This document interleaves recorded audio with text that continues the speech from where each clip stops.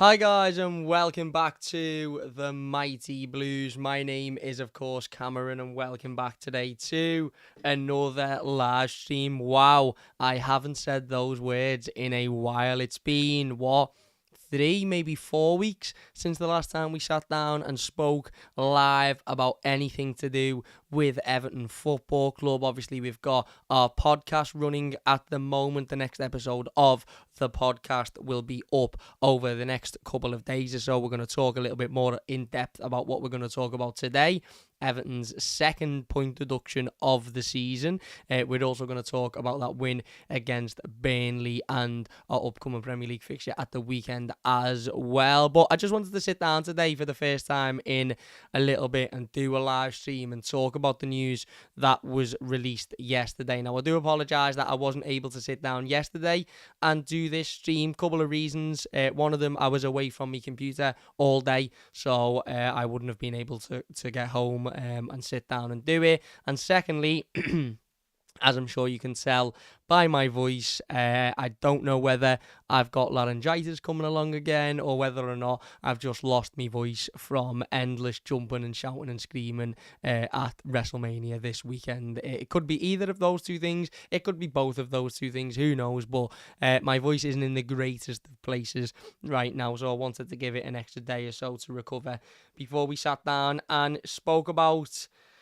another example of football coming to an end, in my opinion. And when I say that, you might think I'm overreacting.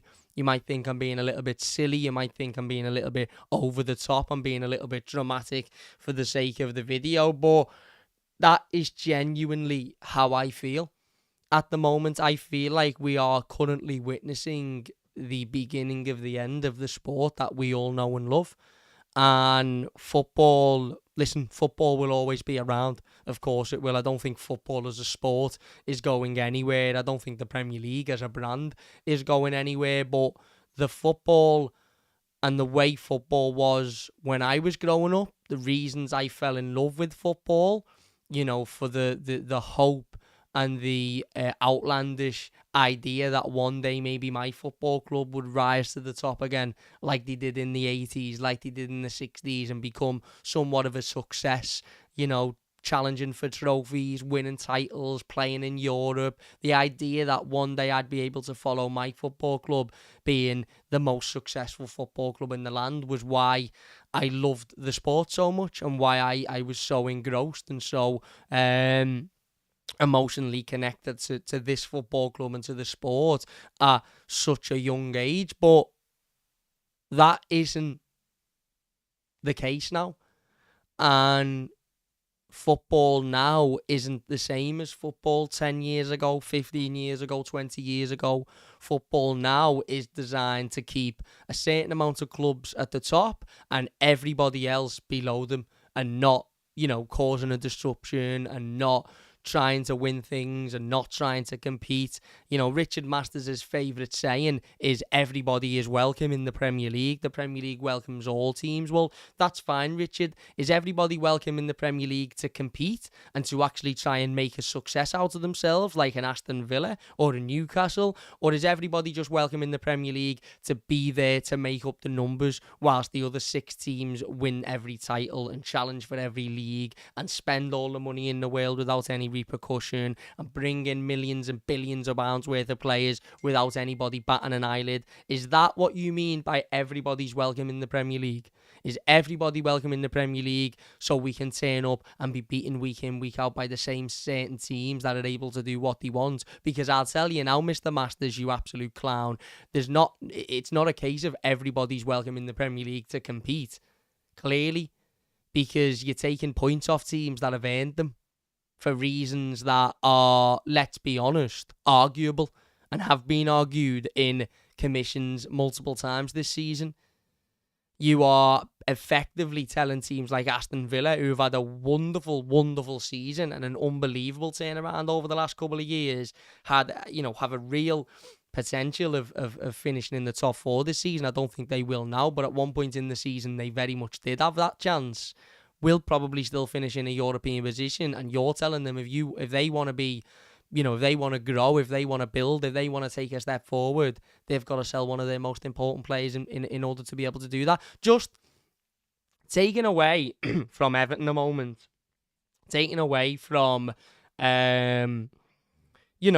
the points deductions and the whole situation with Everton this season and everything that's gone on. Can you imagine if Arsenal get close to winning the league again this season, just fall at the last hurdle, go into the summer thinking, do you know what, we're going to purchase X, Y, and Z, and they're going to build us towards, going and challenging again next season, like they did last season with Declan Rice and, the various other players they signed. Can you imagine last summer if the Premier League had turned around to Arsenal and said, whoa, you've just challenged for the league there. You're wanting to bring in a couple of players that are going to make you better and give you an even better chance of winning it next season. But in order for you to do that, you're going to have to sell Odegaard, or you're going to have to sell William Saliba, or you're going to have to sell Martinelli. You can't just go and buy Declan Rice. You're going to have to sell one of these key players. But they didn't, did they? They allowed them to spend that money. Rightly so. Because any team that is in that position where they're doing well and they're fighting and they've got a good core squad of quality players and they're wanting to add to it to become better should be allowed to do that. Not just Arsenal and Liverpool and Man United and Man City and Chelsea. Every team should be able to do that. Can you imagine if Liverpool miss out this season on the league and the Premier League were to turn around to them and say, yeah, you're going to have to sell Salah in the summer. You're going to have to sell Van Dijk in the summer. You're going to have to sell all these players in the summer. It would never happen. It would absolutely never happen. So why is it happening to teams like Villa and teams like Newcastle? It's gone now. For me, it's absolutely done. Football in this country, it brings me no joy whatsoever, no excitement, no overwhelming feeling of joy. It just doesn't bring me anything anymore, and I'm not afraid to say that. Will I still continue watching Everton? Of course I will. Will I still keep supporting Everton? Of course I will. But it very, very much feels like this is, as I said, the beginning of the end for certainly the sport I grew up loving and I fell in love with when I was a kid. And I'm not quite sure I'm going to fall in love with this new rendition of football, because I can't really say that I'm particularly interested in being a part of a sport that is designed in its nature for everybody to be able to compete and for anything to be able to happen. When in reality now, it's not that way whatsoever. And people are always making this comparison. And I want to talk about this because I think it's really, really interesting. People are always making this comparison. And this comparison has been made a lot over the last few months or so, that Everton have obviously been in trouble with the Premier League, shall we say, or under investigation by the Premier League. And that is, it's like WWE now. It's like WWE, the football. I've said it before. I've come on this stream numerous times before on this channel and said, it's like WWE now. It's all scripted. And I do believe that. I genuinely do believe that. You can call me a conspiracy theorist. You can call me a tinfoil hatter. You can say I'm silly, I'm this, that, and the other. As I've said before, if you don't see it, it's because you don't want to see it, because you benefit from it. And I'm not going to sit there and listen to a Man United fan or a Liverpool fan or a Man City fan tell me, oh, you're just being an idiot, you're just a conspiracy theorist, when their teams are benefiting from these rules week in, week out. That's often said, isn't it? It's like the WWE. It's like the wrestling. It's scripted. It's this, that, and the other. Let me tell you, I've just spent 3 days on the spin. Friday, Saturday, Sunday, watching the WWE. I was so close to staying up last night and watching it again, but I couldn't because I had work today. Let me tell you something. Flat out, 100%, no shite. The WWE is infinitely better than the Premier League. I don't give a fuck what anybody says. I don't care if it's fake, it's not real, it's this, it's that, it's the other, it's grown men throwing themselves about. It is infinitely better than the Premier League. I love Everton Football Club with all my heart. I've loved this football club from the day I was born, and I will continue till the day that I die. I've got this football club itched on my body, tattooed on my body for the rest of my life. For the rest of my life. And I had more entertainment and more enjoyment and more emotional connection and more overwhelming feeling of joy over the last 3 days as that I've had from football in the last 10 years. Now, that isn't all on the Premier League. Of course it is. Large parts of that are on Everton and the way Everton have been run and the people that have been in charge of Everton. I accept that. And if Everton were challenging for titles and winning leagues and this, that and the other, of course, I'd be much happier now than what I am. And of course, I'd enjoy it much more now than what I am. But the reality is, I don't think Everton will ever challenge for the title again in my lifetime. I don't. Now, it's a absolute long, and it's an absolute stretch, to say the least, for Everton to even be in a position to challenge for titles because of the financial situation that we're in, because of the situation we're in on the pitch. The players aren't particularly great. The manager isn't particularly great. I agree. We are light years away from being in any form of state to challenge for any form of title or league. However, I grew up on the hope and the thought and the dream that if we did get ourselves together and we did make a couple of nice signings in the transfer window, bring in a good manager, start to manage ourselves a lot better as a football club, then we had a chance. We had a chance of fighting for things. We had a chance of being a success. We had a chance of getting to the top and bringing joy to, the millions of Blues around the world. That was why I loved football. Everton were never great when I was growing up. This isn't like Everton were good back then and now we're not very good, so I don't like it as much. Everton have been mediocre for pretty much all of my life. We've had the odd season where we've overachieved or we've done well or we've battled. But for large parts of my life, even the better days under David Moyes, we were mediocre. We were mediocre at best. But there was an idea that there was a possibility. Even if it might have been a stretch, there was a possibility. Now, I just don't think that possibility exists. I just don't. I just think even if Everton were in the best position to win a title or a trophy in all of my life, I don't think we'd be allowed to. I really, really don't think we'd be allowed to. And the Blues, you need to go and sit down and watch an episode of Raw or SmackDown now, because it will be the best thing you'll have watched all week, and I can guarantee you that. I can absolutely guarantee you that.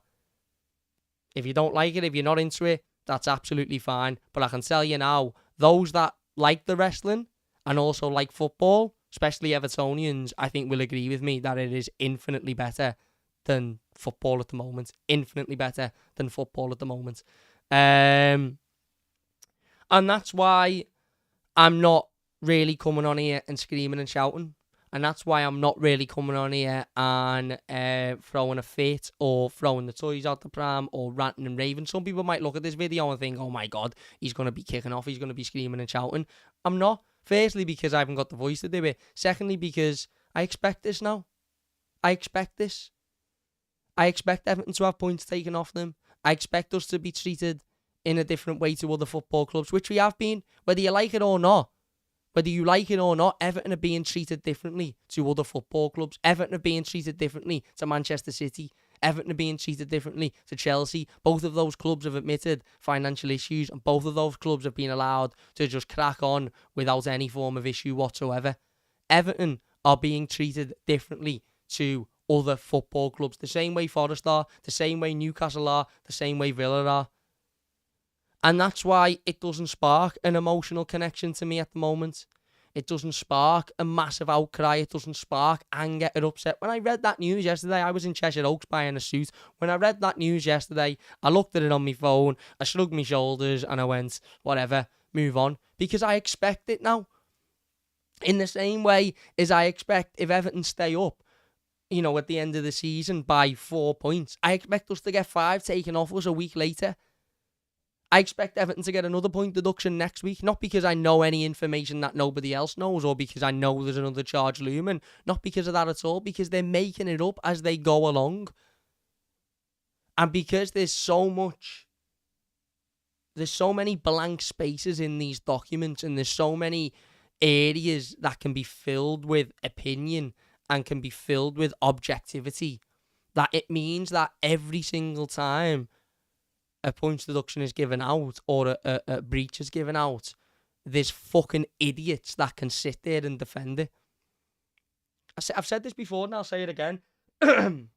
When Forest were given their point deduction a couple of weeks ago, I come out and I've done quite a vocal video about it. I think I've done a TikTok about it.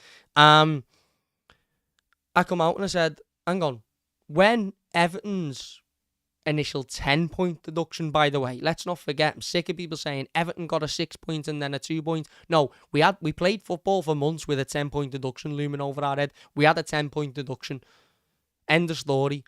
When that was narrowed down to 6, we were told 6 is the minimum, the absolute minimum you will get for breaching financial fair play. And there was a general consensus amongst everybody that if you breach, even if you breach by 63p, you are getting a minimum 6-point deduction, and then it will increase based upon how much you've actually breached by. Then Forest come out and Forest get a 4-point deduction, and all of a sudden that whole it's minimum 6 if you breach was put to one side. Oh, can't be 6 with Forest because they've only been in the Premier League for 1 year and this, that and the other. No. This has got nothing to do with how long teams have been in the Premier League. This has got nothing to do with when they come up and if they might go back down. No, we were told if you breach, it's 6 points. Whether you've been in the league for 100 years or whether you've been in the league for 10 minutes, if you breach, it's 6 points. But then it wasn't 6 points, it was 4 points. I think the Premier League have asked for something like 16 points to be taken away from Everton this season. Between 16 and 18 points, they asked for an initial 12 to be taken away, and I think they asked for 8 to be taken away this time. Or was it 6? Might have been 6 to be taken away this time, yeah. So 18 points. The unbiased Premier League, the everyone is welcome Premier League, has asked for 18 points to be removed from Everton this season. In the same season, calendar year 17 points, okay, Dan, 17 points, still a disaster.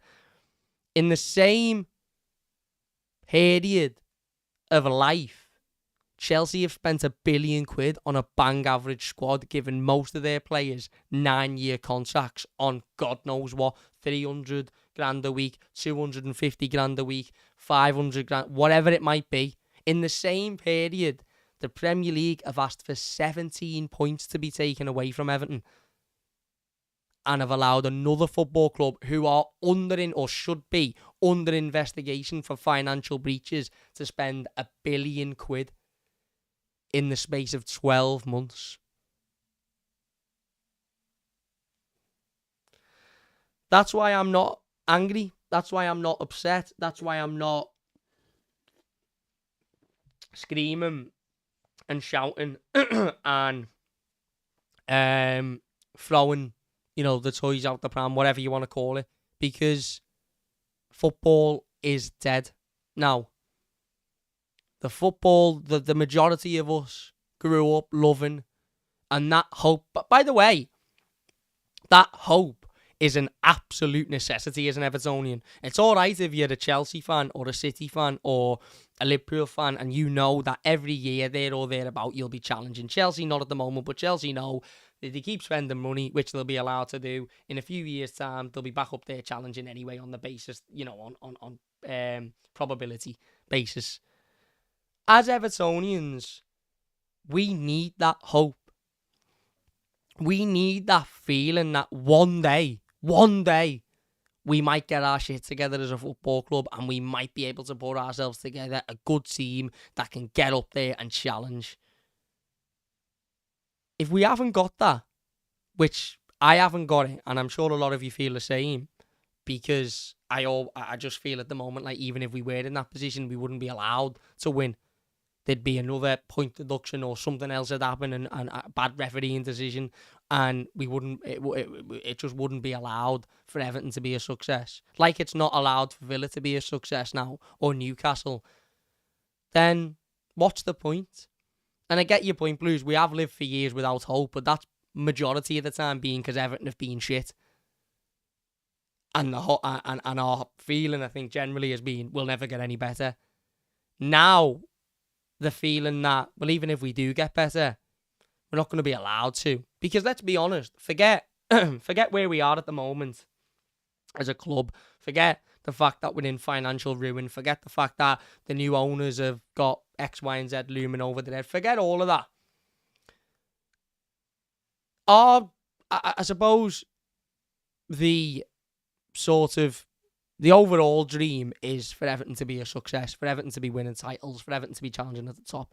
But I think a lot of us would deem what Villa have got at the moment and Newcastle, but specifically Villa, not so much Newcastle, because Newcastle are owned by a state, so it's a bit different, but specifically Villa, rich owners, know what they're doing, put the money in the right places, built a good squad, in Europe consistently, good manager, challenging, with the latter stages of Europe and challenging in the league.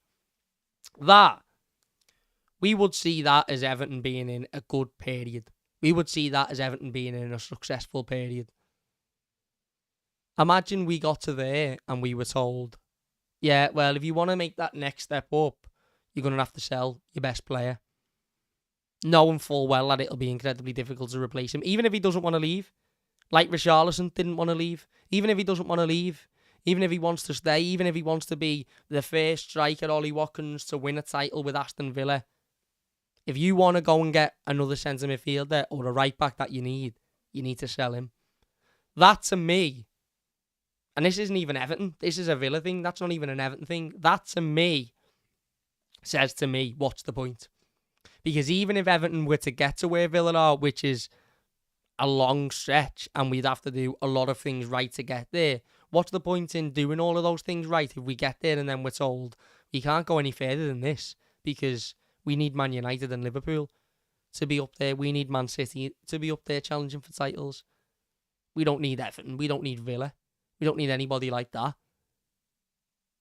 I would absolutely love every single employee of the Premier League, including Richard Scudamore, who I believe was the CEO at the time that Leicester won the league. I would love them to all sit down and do a lie detector test about if they honestly were happy when Leicester won that league title, because I can guarantee you the majority of them would have been absolutely fucking furious, because that was bad for business. So, yeah, Everton have been given another 2-point deduction. There's a potential that there could be another point deduction between now and the end of the season. We were told after the first one that there's one more to go. We're now being told after the second one that there could be another one. And then who knows, maybe there'll be another one in the summer. Maybe there'll be another 2, 3, in next season. Who knows? There's not a single Evertonian now that can sit there and tell me that they're confident Everton won't get another 4 points deductions next season and another 2 before the end of this season. Because A, they make it up as they go along, and B, there's clearly an agenda there. If there wasn't an agenda there, then they'd be treating every single club fairly. City had been being investigated and having to answer questions. Chelsea had been being investigated and having to answer questions. And as I've said numerous times before, and I will say it again, I flat out fucking refuse to believe that in the 10 years that these rules have been in place, Everton Football Club are the first teams who have broken them. I refuse flat out to believe that. I simply do. I've watched teams spend hundreds of millions of quid and be absolutely shite. I watched QPR come up. Fulham come up one year and spent over 120 million quid, and I think they went down. And you're telling me Everton are the first team in that 13-year period to have broken this rule? It's nonsense. It's absolute nonsense. And as I've said, it just makes the sport, not only does it make it unenjoyable, not only does it make it frustrating and upsetting and all of the above. But in essence, it makes it pointless, doesn't it? It makes it absolutely pointless. If you are a Villa, a Newcastle, an Everton, whoever, and you know that even if you manage to set your club up and run your club properly to the point you can get to a position where you're fighting for the Champions League place, you know, well, we're just going to get told at that point that we've got to sell some of our better players in order to be able to buy players we need, and therefore we're never going to get, it's just a reoccur, and you just stay there then. You're here, you want to move to here. To get to here, you've got to buy X, Y, and Z, but to buy X, Y, and Z, you've got to sell W. So you sell W, you go back to here, you buy X, Y, and Z, you go back up to here where you were before and at the maximum. And that whole thing just tells me, what's the point? What's the point? And we can talk all day about Everton breaking the rules and deserving to be punished for breaking the rule. I've said this before. I have people coming on here every now and then saying, why don't you ever have a go at your football club? You shouldn't have broke the rules if you didn't want points deductions, etc., etc. Firstly, you've clearly never watched this channel if you don't think I've had a go at my football club. Secondly, yes, punish Everton. If Everton have broken the rules, they deserve to be punished. Absolutely deserve to be punished. However, there's got to be different ways of punishing clubs than saying, see all them wins that you picked up there, they don't mean nothing. And we're now in another situation like that, aren't we? We're now in a position where Everton picked up our first win in 4 months on Saturday. An absolutely huge win. And it means nothing. Now, I was able to put that to one side yesterday. Forget about it. Go and buy a suit and move on. Because, as I said, emotionally now with football, I am absolutely checked out. I'm checked out. And I'm sorry, the Blues, you won't like this. Each to their own. But watching the wrestling over the last couple of days, it just made me realise, why the fuck do I spend so much time investing in something that doesn't bring me any joy anyway? Because the football team I invest in aren't very good. But even if we were very good, we wouldn't be allowed to bring me any joy, because that's not what the people who run the thing want. Doug has donated £10 to the team. Thank you very much, Doug. I have seen your message, but I've had quite a busy day in work, so I'll get back on Twitter later and I'll reply. Thank you very much, my mate. Hope you, Nathan and Rebecca, are all okay. Doug says, this PSR stuff is mad, absolutely mad. Everton have had 2 deductions, Forest have had 1, and even Leicester are being told they might have a deduction too. Honestly, FFP is a myth and never existed. Well, yeah, exactly. Exactly. It's been proven it's a myth.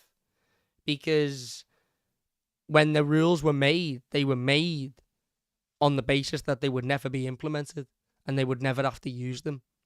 And because of a threat of an independent regulator, Richard Masters is absolutely shit himself. And in an attempt to prove they don't need an independent regulator, they've actually further proved they do need an independent regulator. Because they've further proven that they don't know what they're doing. And as I've said, and I will argue this point until I am blue in the face with anybody, and I'd love, and it never gets mentioned it never gets mentioned on any of the radio stations or any of the media stations or any of the publications. Are Everton, and this is a simple yes or no question, are Everton the first team in the 10 years these rules have been in place to have gone over? It's bollocks. It's absolute bollocks. I'm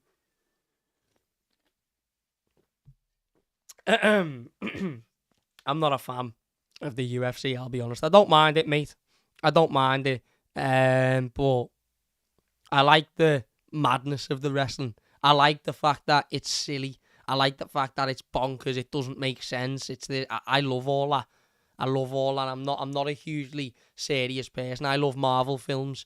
I love films that are just absolutely, to the point where it would never happen, but you're that immersed in it that, yeah, that's for me. I'm not really too into the serious sort of stuff. I don't mind it. Don't mind the boxing. I quite like it as a sport thing, but yeah, as an entertainment product, I'm much more into the WWE. But yeah, as I said, Wunderlust says, highly doubt we're the first club to overreach ever in this decade. Exactly, mate. Absolutely. Darren says, Everton need to get a high-profile figurehead to stand up to Masters and co. Whoever is in charge of the day-to-day running seems to be doing nothing. But it's because they're just... Colin Chong, I mean, fair play to Colin Chong. He seems like a good fella, and he's obviously got a position within the football club, and he's obviously very well high respected within the football club, and I'm sure he's absolutely great at his regular day-to-day job. But he's not a CEO. He's absolutely not a CEO, and he's there effectively to fill the space until 777 or somebody else gets in and puts their own person in there. So I don't think any of us are particularly expecting him to change anything or do anything. The Blue says, I understand why people want a regulator, but the government won't fix it. They'll be messing the country around for years. They'll do the same to football. Exactly, mate. And that's why I hold no hope for the regulator either. I don't sit here thinking, well, once the regulator's in, everything will be okay. I don't. I just think, like I've said before, I think the sport that we've all grown up loving and knowing is gone. I think it's gone. I think it is absolutely gone. Another thing I want to just briefly talk about before we finish, because I'm going to finish this shortly because I've got a few bits and bobs to do tonight. Obviously, we'll be back a little bit later on in the week with the podcast, and we'll talk in greater depth on the podcast about this. But I just want to talk about the players because, again, something that never really gets mentioned when talking about financial fair play and punch deductions and this, that and the other is the impact that has on the players. Now, listen, I know there's a large selection of our fan base and there's probably a large selection of people that are watching live now who aren't particularly hugely impressed with Everton's playing squad at the moment and don't particularly believe it's filled with an immense amount of talent. And that's fine. That's absolutely fine. I think we would all agree that the playing squad and the quality of the playing squad is indicative of where we are as a football club as a whole at the moment. I agree 100%. However, those players have just gone out. And whether we think we were great or not, which we weren't on Saturday, and whether we think the players put an unbelievable performance in, they didn't. What they did do is put a shift in. What they did do is put themselves about. What they did do is have a go. And what they did do more importantly, and most importantly, is win that game of football and come away with all 3 points. Now, the feeling in the changing rooms after that game would have been one of joy. Would have been one of overwhelming relief, probably. I would assume. The first game that group had won in 4 months. They probably all felt incredibly relieved. How do they feel waking up or, picking their phone up on Monday afternoon and seeing that those 3 points that they'd worked hard for and that they'd battled for and that they'd waited 4 months for effectively meant nothing? How do they get themselves motivated to turn up between now and the end of the season and fight to win games when in the back of their mind they'll be thinking, well, are these points just going to get taken off us? Everton have got Chelsea on Monday night away from home. How do those players get themselves up for that game knowing that they've just got a huge, huge win the week before and it's meant nothing? It's meant absolutely nothing. Yeah. I just think it's a shambles. I just think it's an absolute shambles. And as I said, I think this sport is completely and utterly gone. I think the sport we grew up knowing and loving is dead. And this new rendition of football it's not for me. I still support Everton. I'll still be here. I still do my videos, but I'm not quite sure I can have as emotional of a reaction and a connection. And maybe this is just me maturing as a human being, but I'm not too sure I can have as much of an emotional connection knowing full well that the sport is designed for my football club to basically just exist and plod along. at its very best, by the way. The very best it feels like Everton could do at the moment, even if we were ran perfectly and had a great playing squad and a great manager, it feels like the very best we could do is just plod along and be there. Maybe get in Europe, maybe get in the Europa League, maybe get in the Conference League every now and then, but not really achieve those dreams that every football fan dreams of achieving. And yeah, people say, don't they? People say, oh, it's in our hands. We've still got lots of very winnable games to go. We have got lots of very winnable games to go, but do they matter if we just get more points taken off us at the end of the season? Does it matter if we beat Sheffield United 3-0 at home if 2 days later we get another 2 points taken off us because somebody in the office left, the microwave on 20 seconds left without resetting it for the next person? Are we going to get another 5 points taken off us because Julie in the ticketing department took a pen home by accident on a Friday afternoon and didn't return it till the Monday? Is that another 5 points off? And you can sit there and say, you're taking the piss, Cam. You're just making a joke now. You're being silly. I'm not. I'm absolutely not, because that's how it feels. That's how it feels. And I'm sorry, Everton may well have breached FFP, PNS 4, 5 times, whatever, 3, 4 times. There's no way that has all happened in this one specific period. No way. And I'm telling you now, I'll end this how I started it. There's also no way Everton were the first club to have breached those rules in the 10 years they've been in place. Absolutely no way. It's nonsense. As I said, the sport we all grew up loving is gone now, and I'm not sure it will ever come back. As the Blues said, I've just did a little analogy. I made it up on my head. I haven't written any notes about toasters or microwaves or pens. I'm doing what the Premier League are doing. I'm making it up as I go along. And takes the love out of it, doesn't it? Takes the passion out of it. Takes the importance out of it. Huge win. Huge win against Burnley on Saturday. Means nothing. Means absolutely nothing. So, yeah, there you go. Look, we'll be back a little bit later on in the week, probably tomorrow, possibly Thursday, to discuss this in greater detail with a guest, and we'll also be discussing the Burnley win, even though it's pretty irrelevant now, and the Chelsea game as well. Huge thank you. Enjoyed this. First live stream back for a couple of weeks. I've really enjoyed it. If you want to see more of these sort of off-the-cup live streams to discuss certain topics, let me know, and we'll get to doing more and more of these. But big thanks for watching. Really do appreciate it. If you have enjoyed it, please do leave a like. Just before we go, the Blues says Championship will be more enjoyable. To be honest, mate, if I had the option now for Everton to be playing in the Championship next season without the need for relegation and without the need for us to sell the majority of our playing squad and be in financial ruin even worse than we are now, I'd do it in an instant. I'd rather play in the Championship than play in the Premier League, I'll tell you that now. Because at least in the Championship, if you win a game, you've won that game and then points are your own and you've worked for them. No. Well, yeah, we've won that game, but we'll probably get them taken off us on Tuesday. It's bollocks, mate. It's bollocks. Anyway, big thanks for watching. Leave a like if you've enjoyed it. Subscribe if you're new, and we'll see you later.